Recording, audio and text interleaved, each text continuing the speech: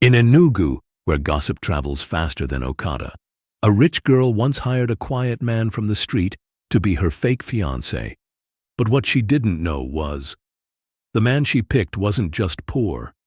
He was hiding a past powerful enough to bring her entire family to its knees. And what began as a lie would lead to love, shame, revelation, and fate's most unexpected twist. The sun in Enugu that day was not kind. It beat down on red earth and rusted roofs like a pot left too long on firewood. Market women fanned themselves with church bulletins, okada riders cursed the heat, and somewhere near the back of Ogbete Market, a girl in designer sunglasses was pacing like a lioness ready to pounce. Her name was Rita, and she was born into everything: money, comfort, a mother with a tongue sharper than a razor, and expectations that weighed more than cement blocks. Rita was angry, not the kind of anger that comes and goes like rain. This was the kind that brews inside your chest like bitter leaf left too long. Her mother had given her a final warning: marry the man we picked for you or leave this house by month's end. His name was Darlington, a doctor, yes, but pompous, lazy, and more in love with his car than with her. Rita wanted no part of it. She needed a plan, and fast. Something that would shake the foundation of Mama Uzo's pride. Something mad enough to stop the wedding talk in its tracks. And then she saw him, Madu, sitting alone on the low wall near the tailor's shed. He was reading a newspaper so old the ink had faded. His shirt was frayed at the collar, his slippers mismatched, and yet he sat with dignity, like a king in exile. Rita paused. Something about him was still, calm, out of place in the noisy chaos of the market. She walked straight to him, leaned over with boldness, and said words that would begin a story she'd never be able to control. "I want to pay you to be my boyfriend, just for 2 days." Madu didn't blink. He didn't smile. He simply looked at her from beneath tired eyelids, then returned his gaze to the faded newspaper in his hand. Rita had expected surprise, or laughter, or at least interest. But instead he replied quietly, like someone reciting a proverb from the pit of his spirit. "You think people are that cheap, Abi?" Rita bristled. No man had ever rejected her, especially not someone who looked like he hadn't bathed properly in days. She crossed her arms, lifted her chin, and snapped, "I said I would pay.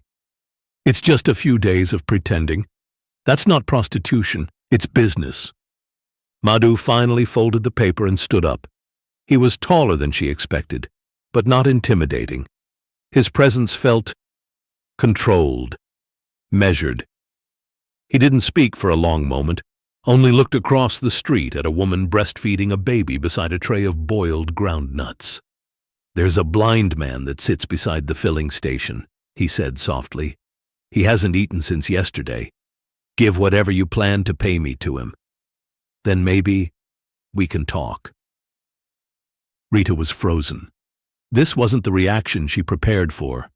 In her mind, she would dangle crisp notes, the man would follow her home like a puppy, and the game would begin. But this one, he was different. She looked around, embarrassed by the curious glances of passers-by. Then, without a word, she marched off toward the filling station, fished out her purse, and handed over the money to the blind man. When she returned, Madu was waiting. He said nothing, just picked up his nylon bag, nodded once, and walked beside her like someone answering a divine appointment. The compound gate creaked like an old man's knees as it slowly opened. Inside, the house stood proud, a 2-story building with faded yellow paint, flower pots that hadn't seen water in weeks, and the family's pride. Mama Uzo's blue RAV4, parked at a slant like it owned the ground. The air was thick with the scent of egusi soup and disinfectant. And gossip, always gossip. Rita marched in first, heels clicking with false confidence. Madu followed behind, a nylon bag in hand, quiet and observant. He took in everything: the gate that didn't quite close, the garden where weeds had replaced flowers, the barking dog tied with a frayed rope. This was a house with money, yes, but also with secrets and pressure. From the balcony, Ngozi, the housemaid, spotted them. Her eyes widened like someone seeing spirit. "Jesu! Rita has brought home a street man! Chai! I must call Madam!" Within minutes, the house erupted like pepper in hot oil. Rita's younger brother, Chuka, appeared first, shirtless and still chewing ground nuts. Behind him came Mama Uzo, tying her wrapper with one hand and peeling off a face mask with the other. "Rita!" she screamed. "What in God's name is this? Who is this?" "This," Rita said calmly, "is my fiancé." Silence fell. Even the dog stopped barking. "Fiancé, Kay?" Mama Uzo blinked like her brain was buffering. "Where did you find him? In the gutter?" "Close to it," Rita replied. "But he's the one I've chosen. You told me to find a husband. I have." Mama Uzo's mouth opened, then closed. No sound came. But her eyes said everything. This war had just begun. Madu didn't say a word. He only gave a small, respectful nod and stood his ground, like a man used to storms. By the time dinner was ready, the whole house had become a tribunal. Rita's older sister, Amaka, had rushed in from her husband's house, still tying her scarf and carrying her baby. Her uncle, Uncle Ikenna, who lived in the boys' quarters but acted like a co-owner of the estate, was already seated in the parlor, sipping palm wine and shaking his head in that classic Nigerian disapproval. Even the gateman, Odogwu, stood by the window, pretending to clean while listening carefully. Madu sat silently at the end of the dining table. The table was long, too long for a family that only ate together during emergencies. Rice, plantain, stew, and a steaming pot of ofe nsala were spread out like a peace offering no one intended to accept. "So, young man," Uncle Ikenna began, adjusting his reading glasses dramatically, "where exactly is your family from? You know, pedigree matters." Madu smiled faintly. "Ngwo, sir. My family is from Ngwo." "Ngwo? Ngwo?" Amaka scoffed. "That's not even proper Enugu. Is it not the place they said witches land at night?" The table chuckled. Madu's face did not change. Rita's didn't either. "Do you have a job?" her mother asked sharply. "Not yet," Madu answered, "but I fix things. And people pay me when they can." "You're a mechanic?" Amaka asked, trying to hide her grin. "Number, I just fix what's broken." That answer hung in the air like incense from a forgotten shrine. Mama Uzo was fuming, but Rita cut in before she could strike with another question. "We didn't come here for approval. I'm not a child. You wanted me to find a man? I did. The rest is your problem." She stood up, grabbed Madu by the hand, and marched upstairs, leaving the stunned family behind, chewing rice and rage. Upstairs in her room, she locked the door and sighed. That went well. Madu chuckled. That was war. "And you?" she asked. "I've seen worse." They shared a silence, not the awkward kind, the kind that told Rita she hadn't just hired a man for drama. She had unknowingly invited a mystery into her home. The next morning came with the sound of a broom swishing across the compound, the clatter of pots in the kitchen, and someone arguing with a trader at the gate. Enugu was waking up, and so was Rita's household, though not to their usual order. Ngozi, the housemaid, froze when she came out to fetch water and saw Madu crouched beside the generator house. He had removed the fan belt, cleaned it, and was replacing a fuse that had caused the light to blink off and on every night for the past 3 months. "Oga, wetin you dey do?" she asked cautiously, holding the bucket like a weapon. Fixing what your engineer couldn't, he said, calmly wiping grease off his fingers. Later that day, the compound buzzed with stories. Madu had helped Chuka's friend recover his phone from a stubborn Bluetooth glitch. He'd repaired the sewing machine Mama Uzo had abandoned since Amaka's wedding. Even Odogwu, the gateman, who rarely respected anyone not carrying a briefcase, greeted him with a nod that evening. "This your boy get senso," he whispered to Rita as she watered the plants. "He sabi small things." But not everyone was pleased. Upstairs, Amaka folded clothes in Rita's room with the kind of judgment that could cut onions. "So this is the plan?" she muttered. "Turn him into what? A project?" "He's not a project," Rita replied, not looking up. "He's just surprising. They always are, until they become problems." Rita didn't answer. But inside her, something had shifted. This wasn't just a performance anymore. Madu didn't care for praise, didn't pretend to fit in, didn't even try to be anything but himself.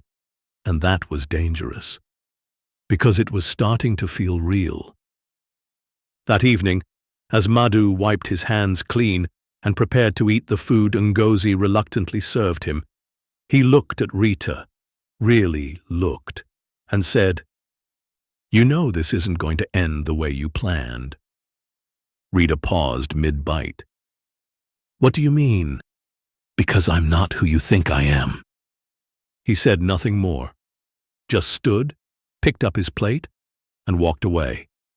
And for the first time since she brought him into her home, Rita felt a chill deeper than her mother's disappointment. Sunday afternoon in Enugu came with its usual symphony, church bells from 3 directions, praise songs echoing from loudspeakers, and the aroma of jollof rice mixing with fried plantain in the air. In Rita's house, however, the atmosphere was tighter than a corset before a wedding. Madu, now clean-shaven and wearing Chuka's borrowed polo shirt, stepped into the parlor as Mama Uzo entertained a surprise visitor. Chief Bartholomew Nwoke, one of the elders on her Community Women's League committee, a man of power, belly, and big opinions. Rita was upstairs, trying to avoid yet another matchmaking ambush, but Madu, carrying a screwdriver to fix the loose curtain rod, walked right into the lion's den. "Good afternoon, sir," he greeted, bowing slightly. Chief Bartholomew barely looked at him. "Who is this one?" he asked. "My daughter's guest," Mama Uzo replied, voice cold. Madu simply nodded and turned to the curtain. But as he stepped forward, a newspaper slid from his bag and dropped to the floor. On the back was a faded article headline, "Obina Madu, the architect who vanished." Chief Bartholomew leaned forward. "Wait, what did you say your name was, young man?" "Madu, sir. Vincent Madu." The old man's face changed. He squinted, pointed at him, then at the paper, then back. "Obina Madu is your father, isn't he?" The room went silent. Madu straightened. "Yes, he was." "Blood of Jesus." Mama Uzo stood abruptly, hands on her hips. "You brought a Madu into my house?" Rita had come downstairs mid-scene and now stood frozen by the staircase. "What is going on?" she asked. "His father," Chief Bartholomew said, almost trembling, "was the man whose land scandal nearly ruined your mother's business 10 years ago. The same man who disappeared overnight, after being betrayed." Everyone stared at Madu. But Madu didn't flinch. He picked up the paper, folded it, and looked straight at Mama Uzo. "So it was you."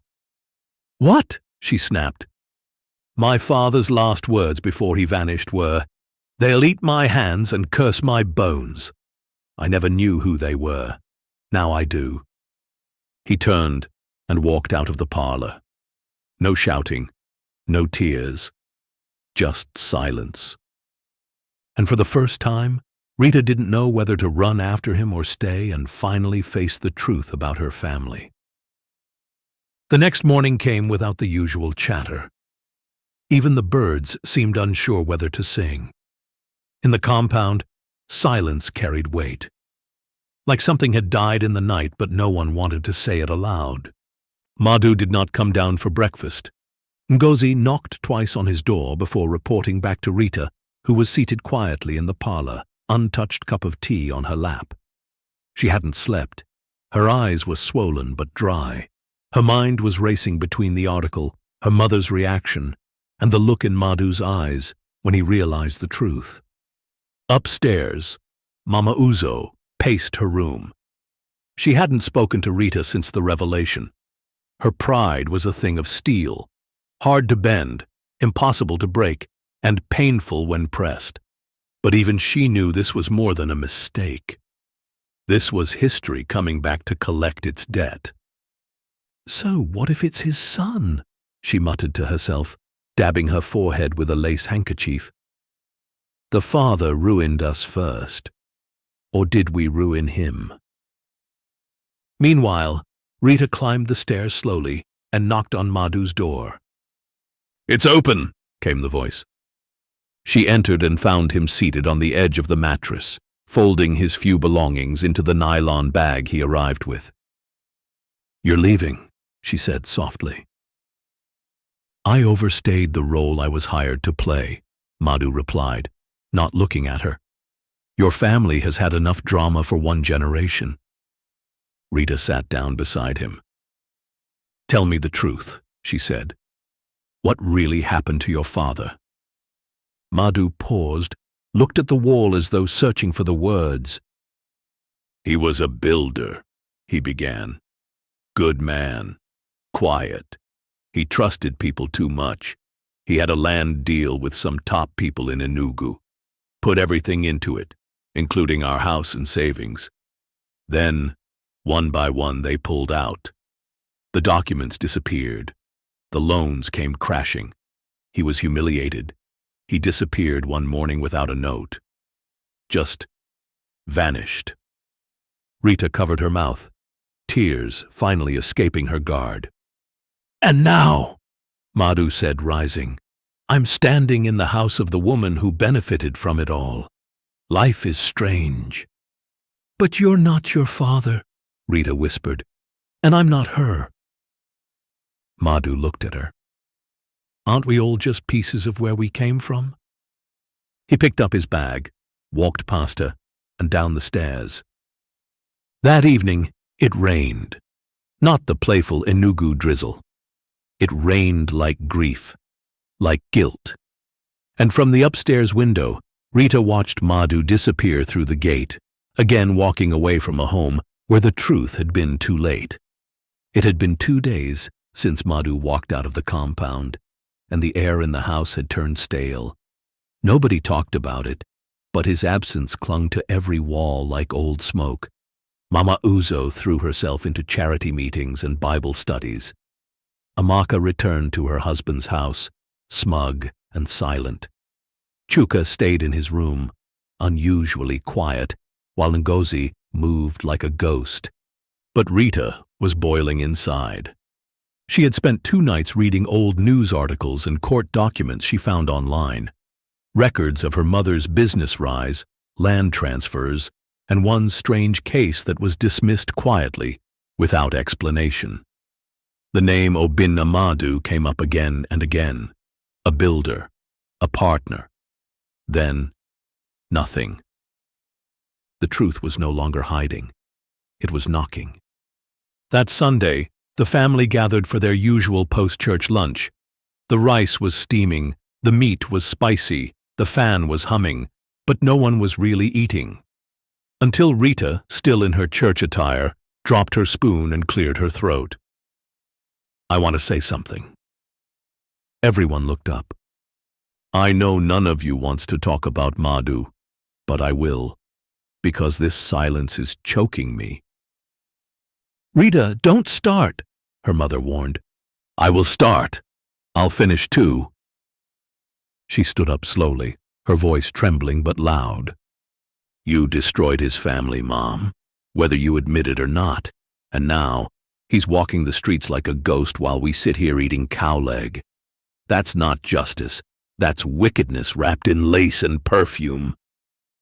Mama Uzo's mouth dropped open. The others froze.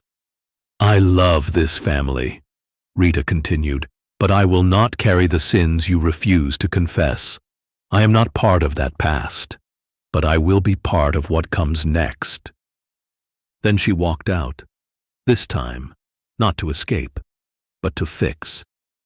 Rita had never walked this part of Enugu before, not without tinted glass or a driver waiting nearby. Here, the air smelled like charcoal, rain-soaked wood, and the quiet dignity of people who woke each morning not expecting luxury, but simply hoping for peace. Here, clothes dried on lines that crossed entire compounds, children ran barefoot through puddles, and generators coughed beside cracked walls. She wore simple jeans, a plain blouse, and no makeup, the closest she could come to disappearing. But even stripped of her polish, her posture gave her away. Heads turned, eyes followed. But she kept walking until she found him. Madu was sitting outside a makeshift kiosk with two older men, fixing a transistor radio. He looked different, not because he was back in his worn clothes, but because here, in this forgotten corner of Enugu, he looked alive. "I thought you were done with this story," he said without turning, sensing her before she spoke. "I came to write a new chapter," she replied. Madu finally looked up, eyes tired but still sharp. "Why?" "Because I was raised to believe silence was strength, but I've seen how silence can be violence too." She handed him a brown envelope. Inside were copies of the court papers she found, notes, names, documents long buried. "Your father wasn't a fool," she whispered. "He was framed, and I think I know who helped bury the case." Madu didn't open the envelope. He just looked at her. "You didn't have to come here." "Maybe not," she said, voice soft, "but I had to come right." A long pause passed between them, full of unspoken things. "You're not like your mother," he finally said. "I'm not sure who I am yet," Rita answered, "but I know who I don't want to be." The two old men stood quietly, watching them with small smiles, the kind elders wear when a tale is beginning its turn. "She go come again?" one of them asked. "She no be visitor again," Madu replied. And just like that, the street, which had only known her as one of them uptown girls, began to see her differently. The rain had passed, but the earth still held its scent, that deep, dark smell of soaked dust that reminds Nigerians of home, of pasts buried and memories trying to breathe. Rita sat with Madu under a zinc-roofed shelter made of wooden planks and old nails. It was his workshop, if you could call it that. There were scattered tools, half-fixed fans, and a chalkboard that read, "Fix what you can, pray for what you can't." He was sketching with charcoal on an old cardboard box, lines, arches, angles. Rita watched in silence, mesmerized. "What is it?" she finally asked. "A house," Madu replied without looking up.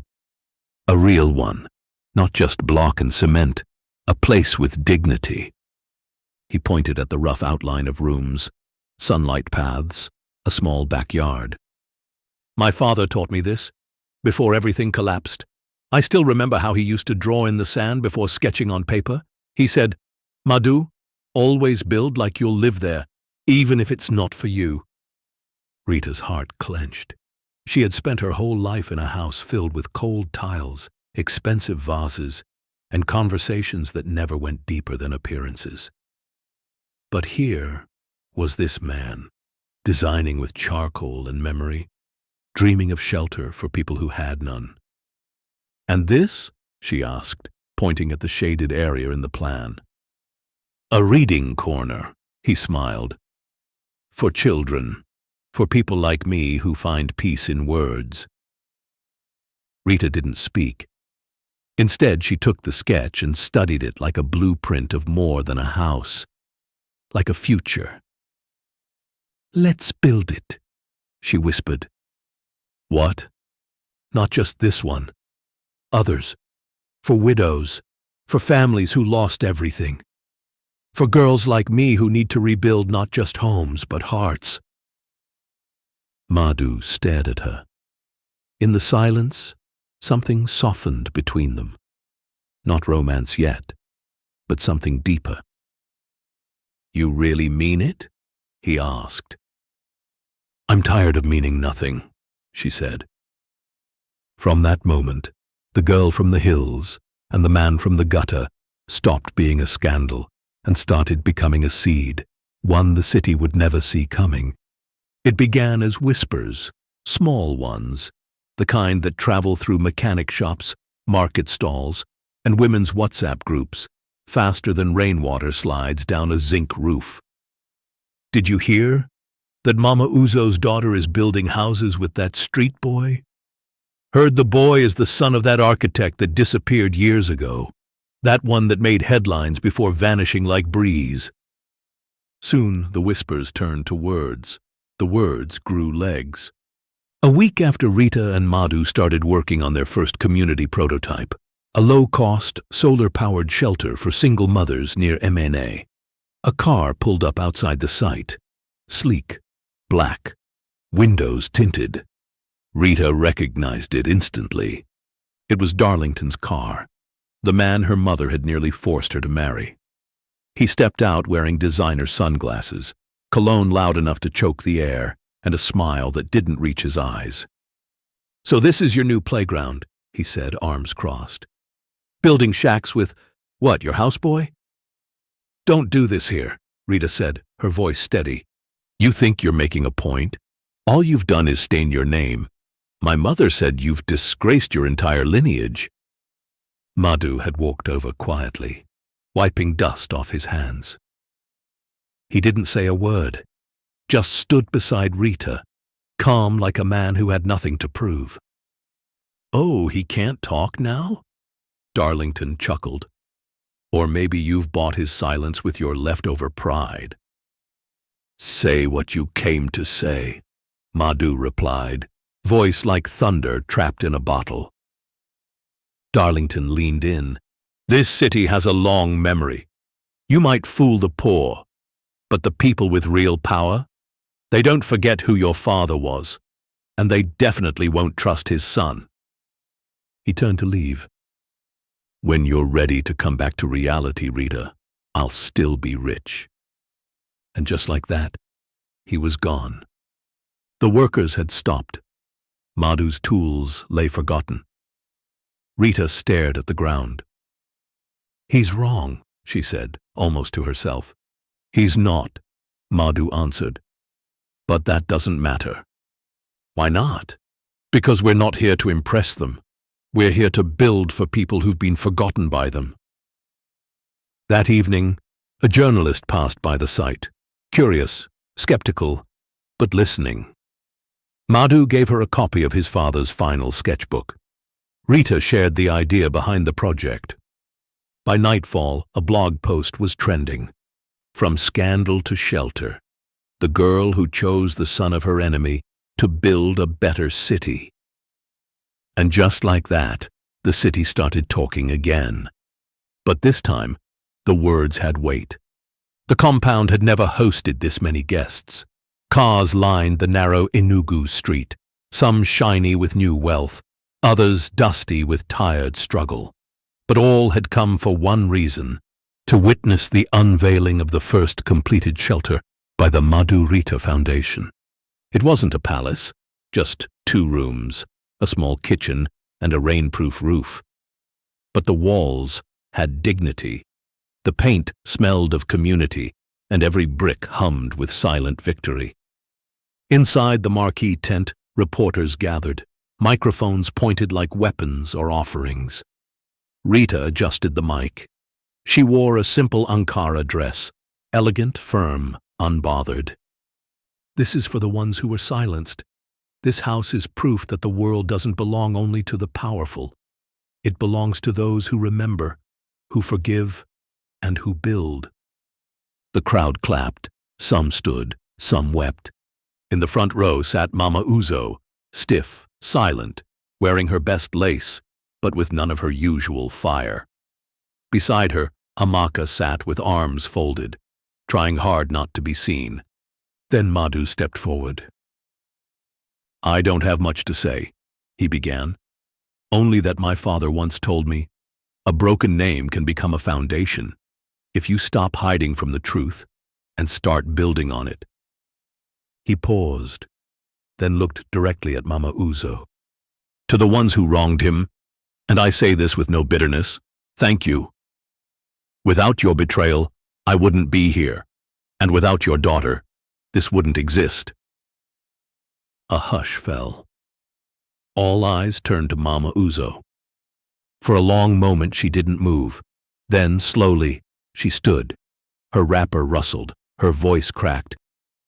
"Obina Madu was the only honest man I ever outsmarted, and I've never known peace since."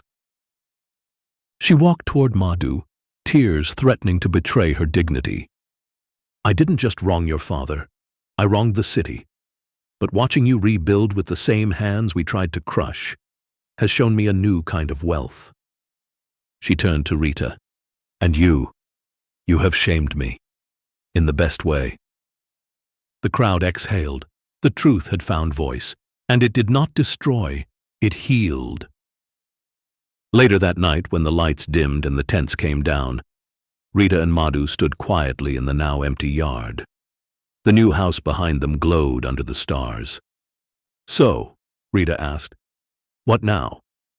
"Now?" Madu smiled. "We build more." They didn't kiss. They didn't hold hands. They just stood, shoulder to shoulder, two people who began as strangers in war and became partners in peace. Time, in Enugu, moves like a wise elder, slowly but with purpose.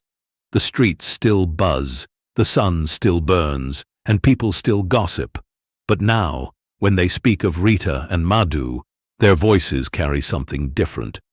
Respect. The shelter they built became 2, then 5, then 10.